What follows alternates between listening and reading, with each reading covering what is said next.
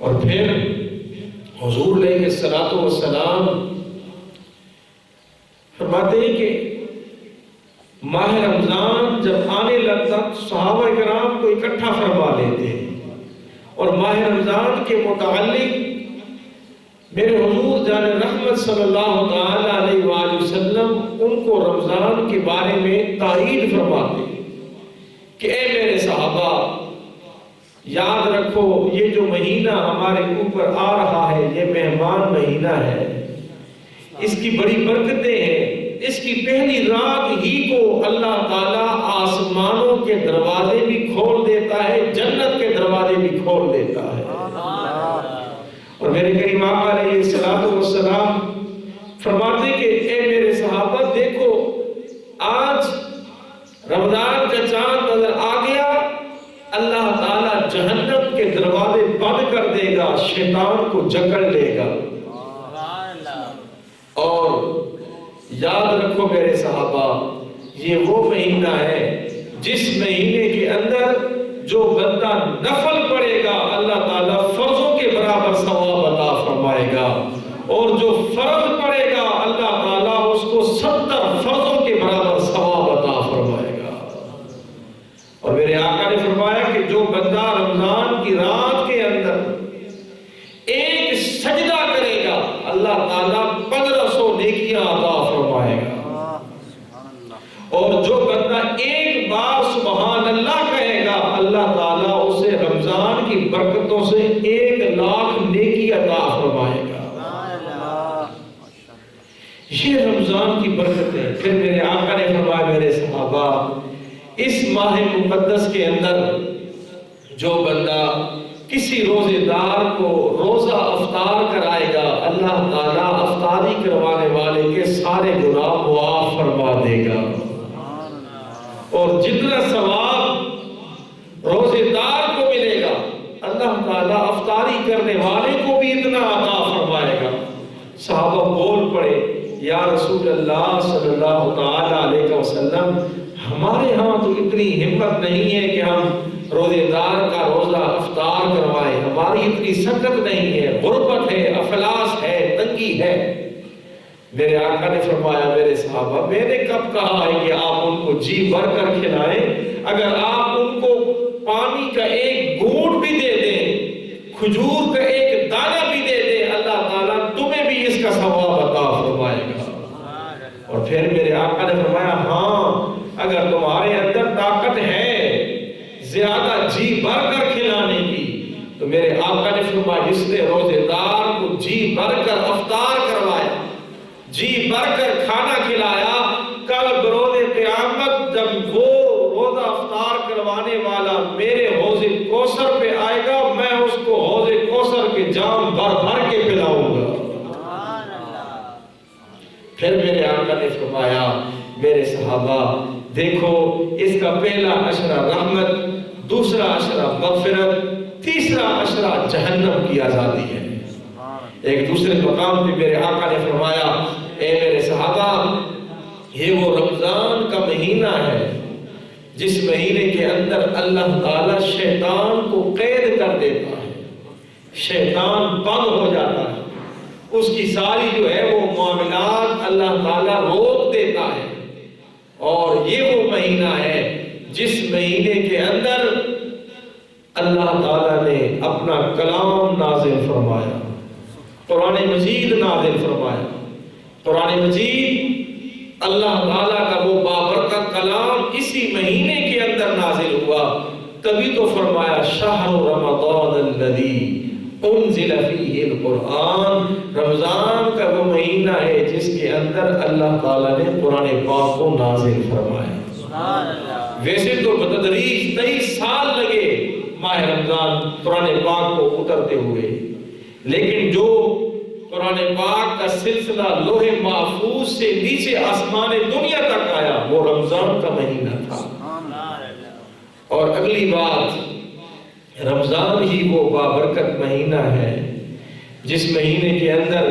میرے کریم آقا علیہ الصلوۃ والسلام نے فرمایا من صام رمضان ایمانا و احتسابا غفر له ما تقدم من ذنبه او كما قال علیہ الصلوۃ والسلام، جس نے رمضان کا روزہ رکھا اور احتساب کی حالت کے اندر رکھا۔ احتساب کیا ہوتا ہے؟ یعنی اللہ سے ڈرتے ہوئے رب کی رضامندی کے لیے رکھا، رب اور رسول کی رضا کے اندر رکھا، کسی کو دکھانے کے لیے نہیں، ارے دنیا والوں کو بتانے کے لیے نہیں، بلکہ اپنے محاسبہ نفس اور اپنے آپ کو جو ہے وہ سدھارنے کے لیے، متقی بننے کے لیے جس نے روزہ رکھا، میرے آقا نے فرمایا اللہ تعالیٰ اس کے پچھلے تمام گناہوں کو معاف فرما دے گا۔ دوسرے مقام پہ فرمایا من قام رمضان ایمانا و احتسابا غفر له ما تقدم من ذنبه او كما قال علیہ الصلوۃ والسلام، جس نے رمضان کی راتوں کے اندر قیام کیا۔ شارحین نے لکھا ہے قیام سے مراد نماز تراویح، جس نے رمضان کی راتوں کے اندر نماز تراویح کا اہتمام کیا، نماز تراویح پڑھی، اللہ تعالیٰ اس کے بھی پچھلے تمام گناہوں کو معاف فرما دے گا۔ یہ وہ مہینہ ہے جو کہتے ہیں نا کہ مہمان مہینہ، یہ کوئی جسمانی مہمان بن کے نہیں ہے، جیسے ہم بولتے ہیں ہماری نظروں میں ایک مہمان ایک شخصیت کا نام ہوتا ہے کہ شخصیت آ رہی ہوتی ہے، ہم سمجھتے ہیں انسانی لباس کے اندر، انسانی وجود کے اندر ہمارے پاس مہمان آ رہا ہے۔ یہ ایسی کوئی بات نہیں ہے، یہ میں اس مہمان سے مراد ہے اللہ تعالیٰ کا فضل و کرم، اللہ تعالیٰ کی عنایات، رب کی مہربانیاں، یہ رب کی نوازشات اور رب کا لطف و کرم ہمارے ہاں تشریف لا رہا ہے، اور ہم نے پھر اس کا استقبال کرنا۔ استقبال کیسے؟ اگر عام مہمان آئے گھر کے اندر، مجھے بتاؤ ہم اس کی تیاری کرتے ہیں یا نہیں کرتے؟ شام کو آنا ہو، ہم صبح سے اس کے لیے جو ہے وہ سودا صرف لینا شروع کر دیتے ہیں۔ گھر والے کہتے ہیں یہ سودا بھی لے آؤ، یہ چیز بھی لے آؤ، یہ چیز بھی لے آؤ، اتنے آئٹم ہونے چاہیے، اتنی تیاری ہونی چاہیے، تاکہ اس وقت پھر پکائیں گے، اس وقت ہم پیش کریں گے، تاکہ وہ آئیں، دسترخوان لگا ہوا ہو، مہمان ہم سے راضی جائے، ہم اس کی ٹھیک عزت کریں۔ یہ ہمارے دنیاوی معاملات ہیں۔ مجھے بتاؤ اگر رب کا یہ مہمان مہینہ ہمارے پاس مہمان بن کر آئے، ہم اس کے لیے تیاری کیا نہیں کریں گے؟ اس کی تیاری یہی ہے، آئیے کہ رمضان المبارک سے پہلے ہی اپنی کمر کس لیجئے، نیکیوں کے لیے، تقویٰ کے لیے، قرآن کی تلاوت کے لیے، روزہ رکھنے کے لیے، مواسات کے لیے، ہمدردی کے لیے، بھائی چارے کے لیے، صلہ رحمی کے لیے۔ یہ چیز روزے دار کو زیب دیتی ہے۔ آج ایسا ہے کہ ابھی رمضان کا چاند نظر نہیں آیا، پہلے ہی سے بندہ اس کے لیے تیاری کر لے۔ تیاری کیا ہے؟ شارحین نے لکھا ہے عموماً لوگ عید کا انتظار کرتے ہیں، عید کی شاپنگ رمضان کے اندر نہ کریں، پہلے کر لیں، تاکہ پورے کا پورا مہینہ آپ کو نیکیوں کے لیے میسر آئے،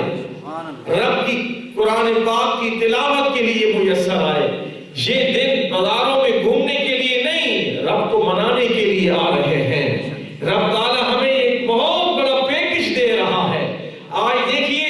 دنیا دار پیکج دیں تو ہم ہر ایک سے پوچھتے ہیں کتنے دنوں کے ہوگا، کتنے گھنٹوں کے لیے ہوگا، کتنی سہولیات پہ میسر ہوگا، اس میں نفع کتنا ہوگا۔ ہم ہر ایک چیز کی جانچ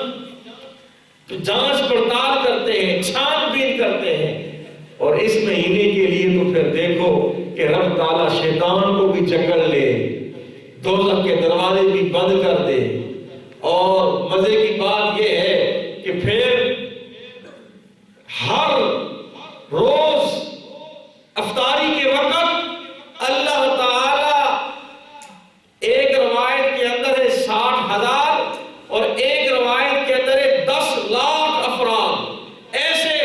جن پر جہنم واجب ہو چکی ہوتی ہے، اللہ تعالیٰ روزے دار کی عبادت کے صدقے ان کو جہنم سے نکال نکال کے جنت عطا فرما دیتا ہے۔ اور رب تعالیٰ افطار کے وقت فرشتوں سے گویا ہوتا ہے، پکار کر کہتا ہے میرے فرشتوں دیکھو تو صحیح، یہ منظر ذرا ملاحظہ تو کرو کہ نعمتیں اس کے سامنے پڑی ہیں، دسترخوان اس کے سامنے لگا ہوا ہے سارا دن کا یہ بندہ میرا بھوکا، سارا دن کا پیاسا، کام سے تھکا ہوا، لیکن میری رضا کی خاطر، میرے ڈر کی وجہ سے، میرے خوف کی وجہ سے یہ ایک دانے کو بھی ہاتھ نہیں لگاتا، یہ کسی چیز کو جو ہے وہ اپنے پاس لانے کے لیے تیار نہیں، محض اس وجہ سے کہ رب کا جو حکم ہے، رب کا جو آرڈر ہے کہ کھانا نہیں ہے۔ جب بھی اذان ہوتی ہے تو رب فرماتا ہے للصائم فرحتان، میرے محبوب نے فرمایا للصائم فرحتان، فرحۃ عند فطرہ وفرحۃ عند لقاء ربہ، او کما قال علیہ الصلوۃ والسلام، حضور جان رحمت صلی اللہ تعالی علیہ وآلہ وسلم نے فرمایا روزے دار کے لیے دو خوشیاں ہوتی ہیں، ایک خوشی افطار کے وقت رب تعالیٰ اس کو عطا کرتا ہے کہ روزے دار خوش ہو جاتا ہے کہ یار میں نے روزے کو مکمل کر لیا ہے، روزہ میرا صحیح طریقے کے ساتھ میں نے مکمل رکھا ہے، دن کے وقت کوئی مسئلہ نہیں بنا، پریشانی نہیں بنی، رب نے مجھے صحت دی ہے۔ اور پھر دوسری خوشی کب ملے گی؟ فرمایا عند لقاء ربہ، جب قیامت کا دن ہوگا اللہ تعالیٰ روزے دار کے ساتھ ملاقات فرمائے گا، اس وقت روزے دار کو رب تعالیٰ خوشی عطا فرمائے گا۔ سبحان اللہ! کیا کم ہے